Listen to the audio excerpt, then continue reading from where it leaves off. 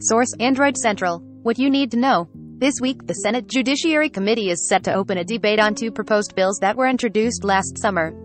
However, big tech companies such as Google and Apple aren't too happy about the implications that the bills may have on how they run their businesses.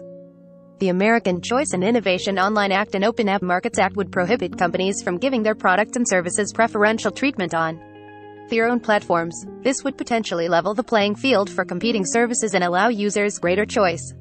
However, neither Google nor Apple agrees that this would benefit consumers. In a blog post on Tuesday, Google's president of global affairs, Kent Walker, explained why he believes the legislation would have harmful consequences.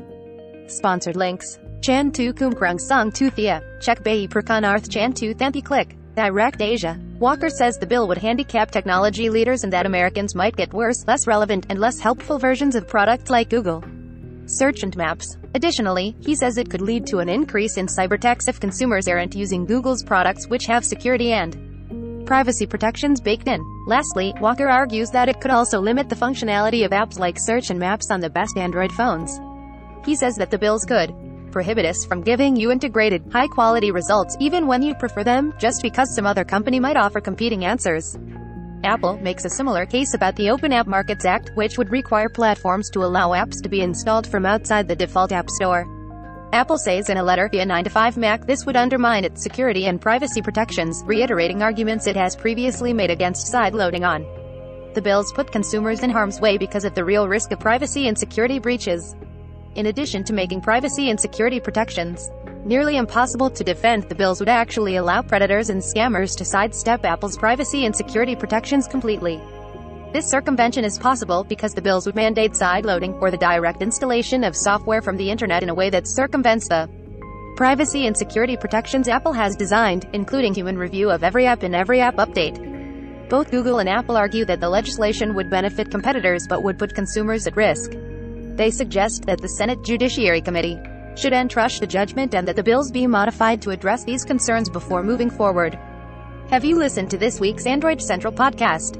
Every week, the Android Central podcast brings you the latest tech news, analysis, and hot takes with familiar co-hosts and special guests.